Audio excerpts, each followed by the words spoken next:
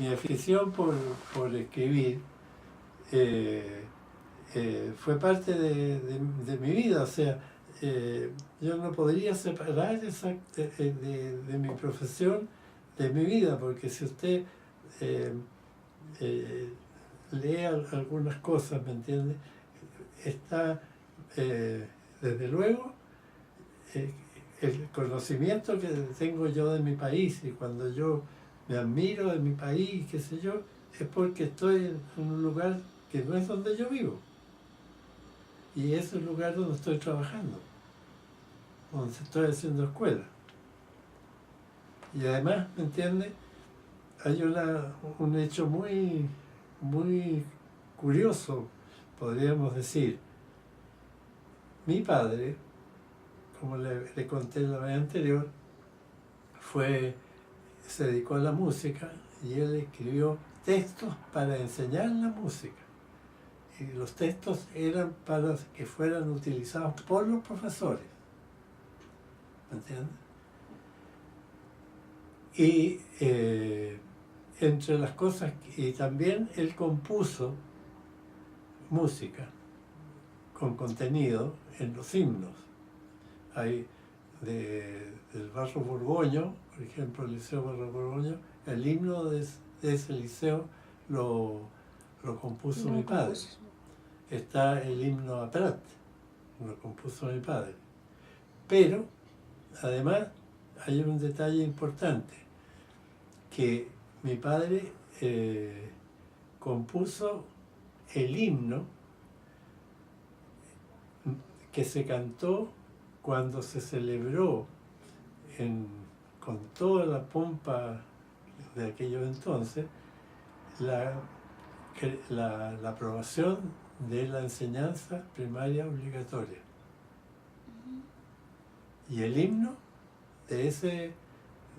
con ese motivo, el autor fue mi padre. Y quien dirigió la orquesta en esa vez fue él, en el municipal.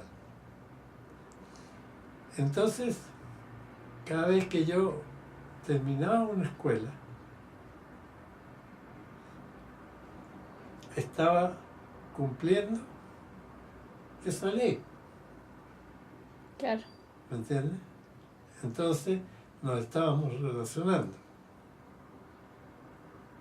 Fíjate, entonces, lo que yo escribo tiene que estar relacionado con lo que yo estoy haciendo. O sea, nunca se separó, siempre se fusionaron las dos cosas. Claro, no hubo un Lautaro constructor y un Lautaro escritor. No. Y no hubo en casa los problemas de espacio solamente, ¿me entiendes? Entonces, por eso yo escribía bastante de noche. Un tiempo que escribía, porque no quería hacerlo o tenía ya el compromiso de entregar, entonces yo cumplía. Además, yo hacía el trabajo de forma manuscrita siempre, no a máquina. Yo siempre escribí en forma manuscrita y sigo escribiendo en forma manuscrita. Este computador lo tengo de lujo ahí. Entonces, y para mí escribir en máquina es como cortar el pensamiento. Mi mano, en cada letra, lleva mi pensamiento, lleva mi alma. En cambio, una letra, ¿qué tipo de letra me pone? Esa letra para mí no tiene vida, tiene una vida falsa. Pero si usted ve lo que yo tengo escrito en poesía, está todo manuscrito. Absolutamente todo. Y seguramente una persona que entienda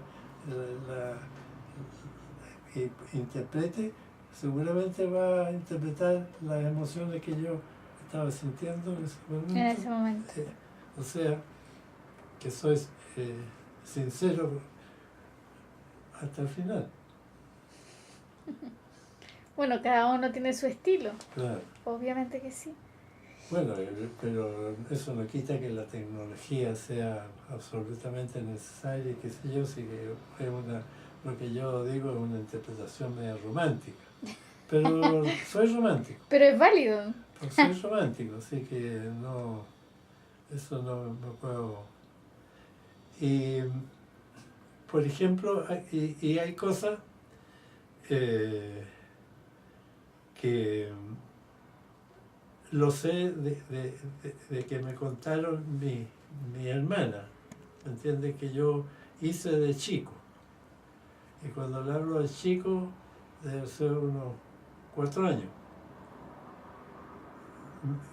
Alguien, en ese tiempo, había una transmisión por radio y entonces yo sabía estrofas de esa poesía. Y es una poesía bien trágica, que por ahí conseguí el original hace poco con un amigo, que se llama Déjame subir al carro, carretero. ¿Me entiendes? Imagínense, yo me imagino de 4 años diciendo eso. ¿Qué atracción tuvo la voz que, que, que, que cantó la poesía en ese momento a través de la radio? Que yo recuerdo el nombre y recuerdo la primera frase. Entonces,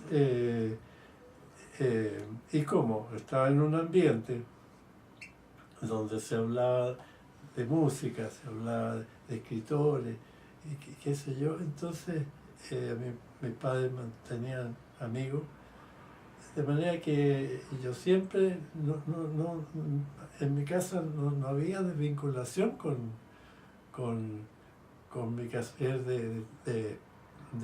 como profesional, con mi gusto por escribir.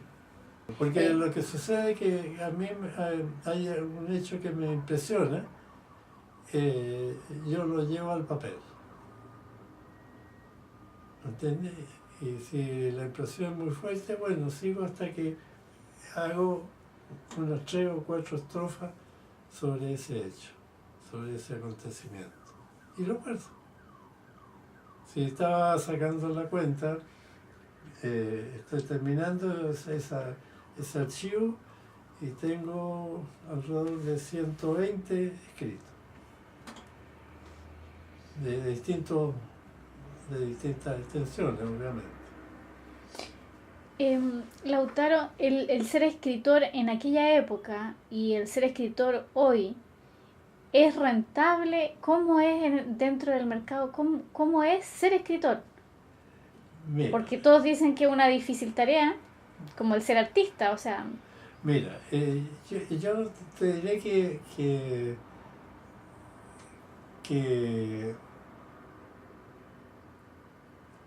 he sido un hombre que me ha acompañado en la suerte, ¿entiendes? Pienso que en alguna medida yo me he hecho la suerte. Pero yo trabajé y hice todos esos cuentos hasta con la misma actividad que estaba haciendo, mi mayor actividad constructiva. Y yo siempre pensé, dije yo, bueno, cuando llegue a hacer esta actividad constructiva que me haya permitido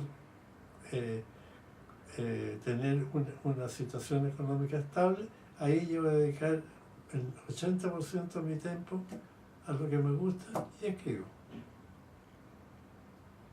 Entonces, yo no he buscado el asunto como para poder sobrevivir, ¿me entiendes? Sino más bien lo hago como una satisfacción de escribir y dejar testimonio de mis pensamientos, de lo que yo sentía, de lo que, en fin. Yo no busco una cosa que, pucha, si no sale, no tengo para pagar esta cuenta, pues mire todas las calillas que tengo. Yo no tengo calillas. Entonces, eso me permite hacer las cosas sin angustia. Mira, lo que sucede es que yo participé en congreso, participé en un congreso que hubo en Colombia, otro que hubo en Cuba y uno bastante importante que hubo aquí en Chile. Ahí participé en actividades,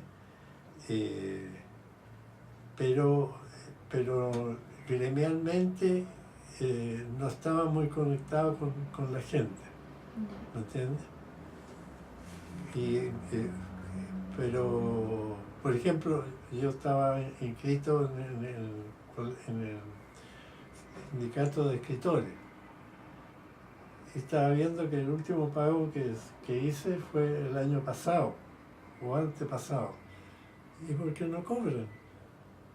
¿Me entiendes? Entonces, estoy ajeno al quehacer del mundo literario. Porque cuando te llegan algunas invitaciones, algunas cosas, entonces tú asistes.